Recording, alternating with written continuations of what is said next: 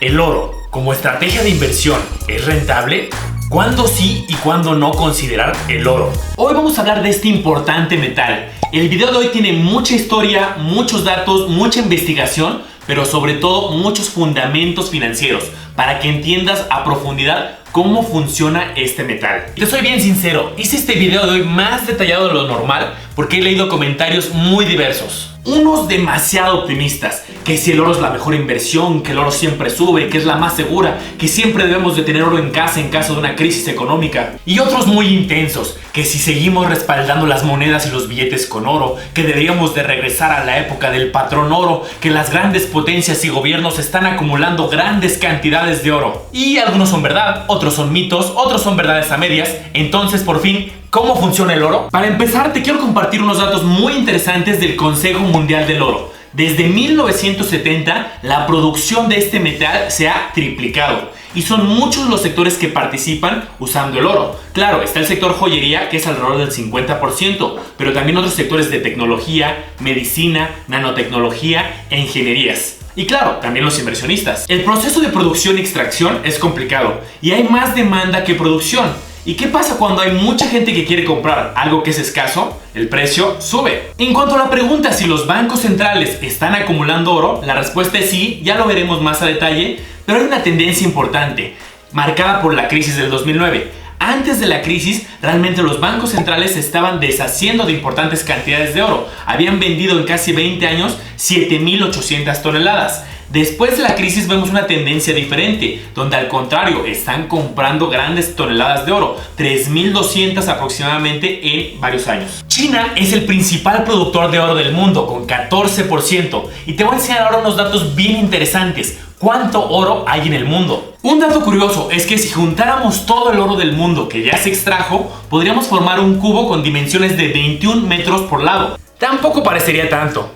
Mira estas proporciones. 190.000 toneladas aproximadamente se estima que hay en el mundo de oro. Casi la mitad, 90.700 de las ya extraídas, se dedican a joyería con el 47%, a inversiones 40.000 toneladas con el 21.1%. Pero existen 54.000 toneladas que aún no han sido explotadas. Se dice que hay 15.000 toneladas que están en el océano y que muchas son muy difíciles y costosas de extraer, más costosas que el valor que representan. Y antes de que nos adentremos en el tema del oro, quiero que entiendas muy bien este concepto, los commodities, que se pueden considerar como una categoría de inversión muy diferente a las que hemos hablado, bonos, bolsa, crowdfunding, gubernamentales, etc. Este activo de commodities se refiere a invertir en productos o mercancías, por ejemplo, petróleo, metales, gas natural, algunos alimentos, y se pueden adquirir de forma directa o con instrumentos financieros de forma indirecta. La directa es muy obvia, como tal, ir y comprar el producto, por ejemplo, ir y adquirir oro. Y vas a tener ventajas y desventajas. La mayor ventaja es que vas a tener la exposición directa al cambio del valor del producto, pero vas a tener costos asociados de envío, de almacenamiento, también temas de seguridad. Ahora, el tema indirecto es con instrumentos financieros que ya hemos visto en el canal. Fondos de inversión, ETFs, puede ser también con acciones de la bolsa de empresas asociadas, por ejemplo en minería. Y aquí vas a tener otras ventajas y desventajas diferentes. La desventaja como tal es que no vas a tener una exposición directa, vas a tener una exposición relacionada. Ahorita hablaremos más de ello. Y vas a tener otras ventajas. Por ejemplo, te ahorras estos costos de envío, va a ser más seguro. Ya las veremos también. Existen dos ventajas generales del tema de commodities. El primero de ellos es protección contra la inflación, es decir, que suben los precios de la economía. Como estamos hablando de invertir en productos o mercancías, pues están incluidos en los productos de la economía. Entonces, si hay una inflación no esperada mayor a lo que tú tenías previsto y tienes estas inversiones, es probable que también suban sus precios. Pero nota importante, no todos y no todos reaccionan igual ante la inflación. Tienes que investigar muy bien si tu inversión realmente está protegida contra la inflación. La segunda ventaja general de muchos commodities es que se comportan de forma muy distinta a otros instrumentos de inversión. Se comportan muy distinto a la bolsa, a los bonos. Y esto es algo que muchos inversionistas y administradores de portafolio profesionales se fijan. A esto se le llama la correlación. ¿La qué? La correlación. Y déjame te lo explico con un ejemplo porque este concepto es muy importante en el mundo de inversiones. Por ejemplo, un inversionista que invierta en bolsa y es experto en el sector automotriz y por eso decide comprar 10 empresas diferentes en la bolsa, pero solamente del sector de automóviles.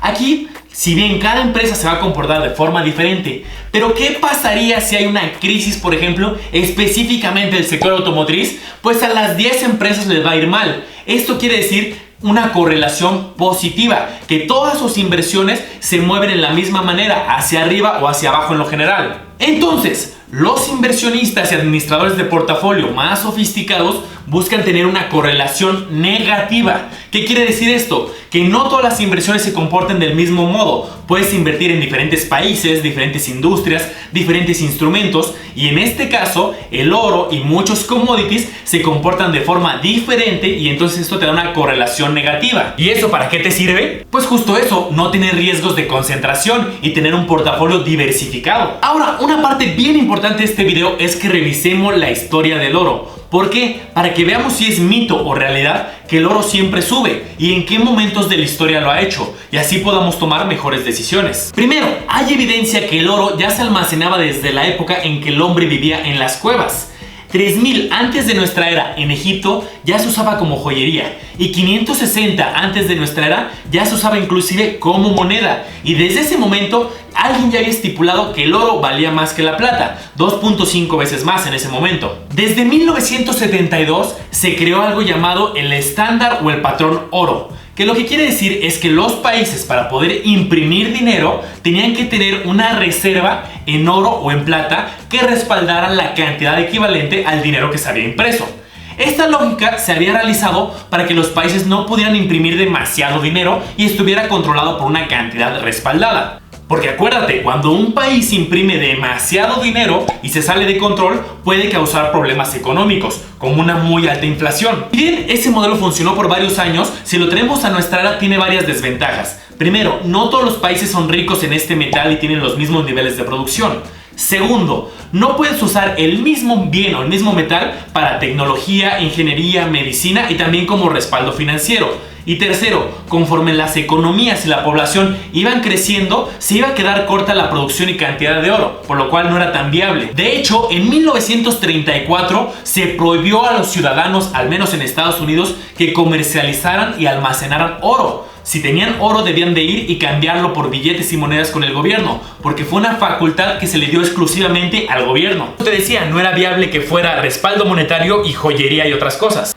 Pero luego llegó la Segunda Guerra Mundial, muchos países no respetaron la relación entre oro y la cantidad de dinero que estaban imprimiendo, entonces se requirió de un sistema más sofisticado. Entonces, en una reunión, muchos países acordaron que el dólar iba a ser la divisa internacional y la Reserva Federal de Estados Unidos era quien iba a mantener el patrón oro, pero con una diferencia. Ahora el oro estaría ligado a el dólar en una cantidad fija, eran 35 dólares fijos por onza de oro, y el resto de países iban a fijar sus monedas en respecto al dólar, el famoso tipo de cambio.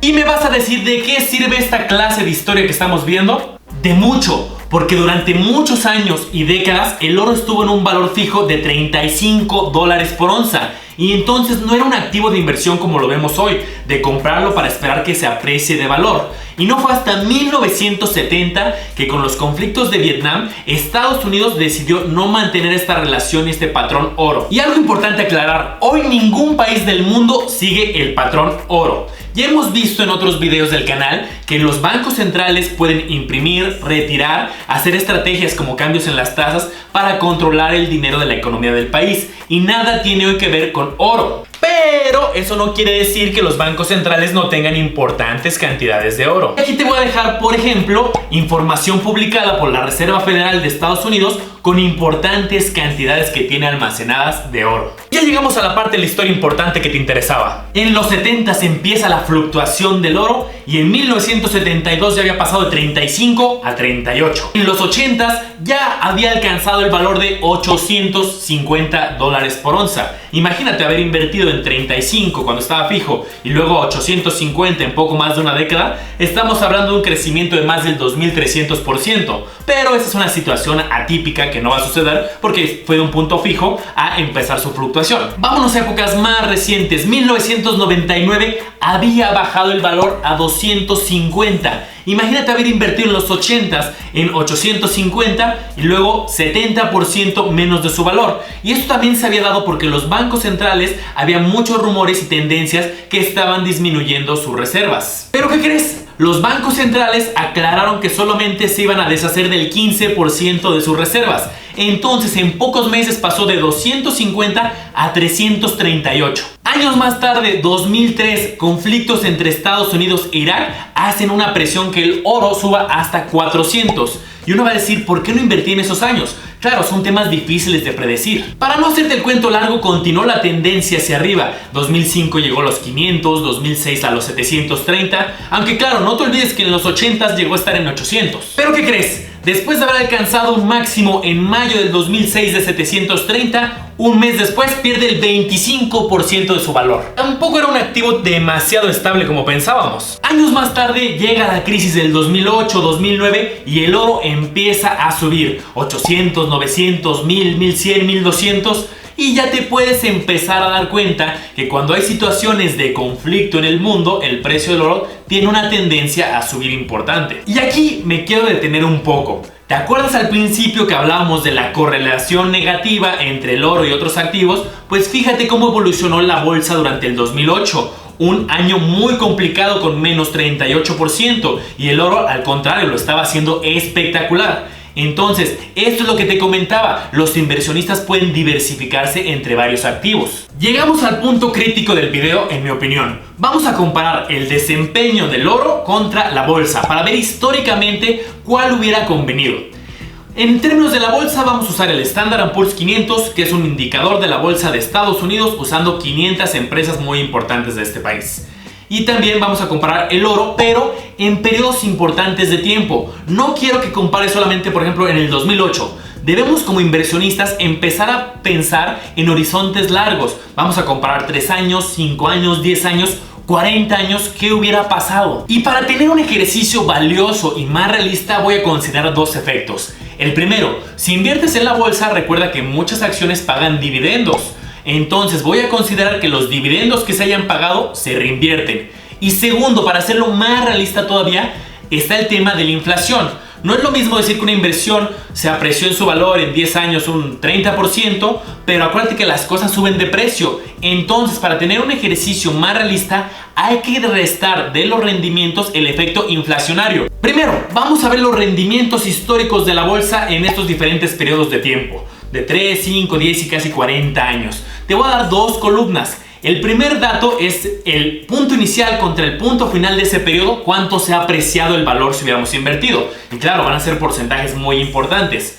El segundo dato es más realista. Estamos anualizando. Obviamente en periodos muy largos era natural que fuera un crecimiento impresionante, pero si lo analizamos ya con el promedio de todos los años que están ahí adentro, ya son porcentajes más realistas. Vemos en la bolsa que van desde un 8 hasta un poco más de 13% en los datos históricos. Ahora vamos a ver el mismo periodo de tiempo pero con el oro, en los mismos 4 horizontes, cómo ha sido la evolución. Y aquí tenemos una sorpresa importante. Tenemos desde periodos con un bajo crecimiento o incluso con un crecimiento negativo, porque acuérdate, le estoy quitando la inflación en el tiempo. Entonces estoy diciendo que el oro paga de forma negativa después de quitarle la inflación en periodos largos de tiempo. No necesariamente, todo depende del periodo que se esté analizando. ¿Qué hubiera pasado a alguien que hubiera invertido a principios del 2007 y hubiera vendido a mediados del 2011? En ese periodo que en el Inter estuvo la crisis mundial.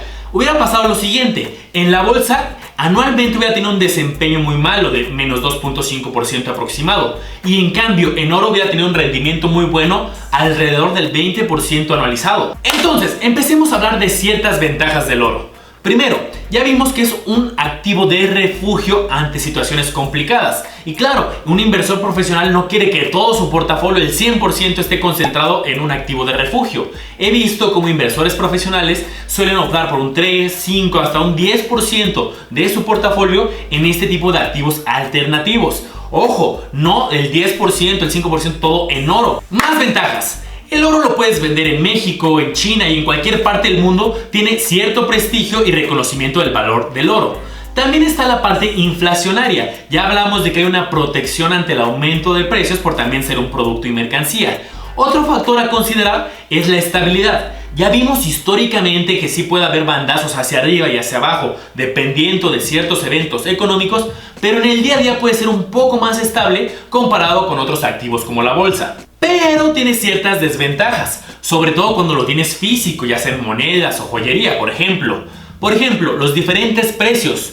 Tú puedes adquirir el oro en una casa de cambio o luego en un banco y vas a encontrar que cada quien maneja sus precios. Y sobre todo está el diferencial de precios, el famoso llamado spread, que no es el mismo el precio al que tú lo compras al precio que lo vendes. Este diferencial es una especie de comisión que está ahí incluida y la tienes que incluir en tus cálculos. Está la parte de seguridad, la parte de los daños, la parte de los gastos de almacenamiento, de tenerlo físicamente, y para mí uno de los más importantes es que no genera dividendos, no genera intereses, a diferencia de otro tipo de inversiones. Acuérdate del importante efecto que ya hemos visto en otros videos del canal de reinvertir los dividendos y las inversiones, y se crea este efecto bola de nieve compuesto que da en el largo plazo importantes resultados. Y alguien nos puede decir, oye, pero yo no gasto ni en costos de envío, ni en seguridad, ni en almacenamiento, porque tengo algún sitio, algún proveedor de confianza donde ellos me compran el oro y ellos lo almacenan. Bueno, lo primero que hay que aclarar es que muchas veces estos servicios también tienen ciertas comisiones y gastos de custodia. Y aquí estás adquiriendo un riesgo adicional, el riesgo contraparte. No solamente tienes el riesgo del oro como tal, sino el riesgo de esta empresa. ¿Qué pasa si esta empresa desaparece un día? Y bueno, ya adentrándonos en cómo invertir entonces en oro, está la parte de adquirirlo de forma directa. Segundo, a través de vehículos de inversión que hemos hablado en el canal, como fondos de inversión, o a través de índices que repliquen el comportamiento, como un ETF, o también a través de empresas que cotizan en la bolsa y que estén asociadas a la parte de joyería o de minería. Aquí es bien importante que entendamos que no es como tal una exposición al oro, son empresas de minería y pueden haber muchos factores y muchos metales, y debes de considerar sus ventas, su producción, su competencia, sus acuerdos, la parte legal, muchos factores antes de poder aventurarse en el tema de la bolsa. De la forma directa, pues hay muchos estilos, puede ser a través de monedas, medallas, lingotes, etc. Y estas las puedes adquirir en lugares financieros como casas de cambio, casas de monedas, instituciones financieras, incluso en varios bancos. Ya te decía, te tienes que fijar muy bien en cuál es el precio en que lo compras y en qué precio potencial lo vas a poder vender. Otros aspectos aquí muy importante a ver es que es todo un mercado y hay muchísimas monedas, muchísimas medallas. Hay que evaluar el peso, el valor, la apreciación potencial, el prestigio que tengan, incluso la cantidad de oro que tengan, porque no todas son de oro total. Luego también tienes la opción de joyería, que además del valor como tal del oro tienes el valor artístico, y al igual que las monedas hay que fijarse en el tema de seguridad, de mantenerlas limpias, sin rayaduras, porque si no también va a perder valor tu inversión. Y adicional al tema de fijarte en la autenticidad, también te tienes que convertir en una clase de experto tanto en el tipo de oro como en el tema de los quilates. Acuérdate que también, aparte de que hay oro amarillo, también hay oro blanco y hay oro rosado. Adicional está el tema de 24 quilates y menos quilataje. Esto quiere decir que no va a ser oro puro como tal, sino va a tener cierta combinación con otros metales, con plata, con bronce, etc. Y también tenemos los famosos ETFs, que son estrategias, son vehículos de inversión que tienen ciertas reglas. Por ejemplo, replicar el comportamiento de la bolsa. En este caso también existen replicar comportamiento del oro. Y acuérdate que al ser bursátiles, cotizar en la bolsa, hay muchos compradores, hay muchos vendedores y puede ser una inversión mucho más líquida. Con solamente tú poner una instrucción de compra o venta y encuentres a alguien del otro lado que quiera hacer la transacción, se va a realizar. A diferencia de lo difícil que puede ser vender tus medallas de oro de la noche a la mañana. Acuérdate que los ETFs los adquieres por medio de intermediarios financieros, por ejemplo, una casa de bolsa. Voy a hacer un video de cómo escoger una casa de bolsa, es un buen tema. Ahora, si a ti te interesa este tema de tener exposición al oro de forma bursátil por medio de estos ETFs, aquí te voy a dejar ciertos nombres de ETFs que están relacionados al oro. ¿Para qué? Para que tú puedas investigar quién lo respalda, cuáles son las comisiones, cuáles son los rendimientos históricos, realmente qué es lo que están replicando. Hay demasiada información pública por los mismos proveedores de estos instrumentos. Ya te di muchos datos, ventajas, desventajas, rendimientos históricos. Yo me quedo con que es un instrumento defensivo que históricamente ha funcionado bien en épocas de complicaciones económicas. Entonces hay que estar muy atentos a la economía antes de este instrumento. También de que no es un instrumento para meter todo el dinero en él, sino los profesionales en inversiones suelen invertir un 5, un 10% en activos alternativos. Entonces son muchas consideraciones las que debemos de tomar en cuenta. Y entonces, importante, requiere mucho análisis y estudio, ver que tu perfil se adapte a lo que ofrece este instrumento, que te suscribas al canal porque ya casi somos 50,000 suscriptores y cuando lleguemos va a empezar la segunda temporada del canal con mucho más material. Gracias por tu apoyo, eres la razón de ser de este canal. Sin tus comentarios, sin tus likes, no habríamos llegado hasta este momento.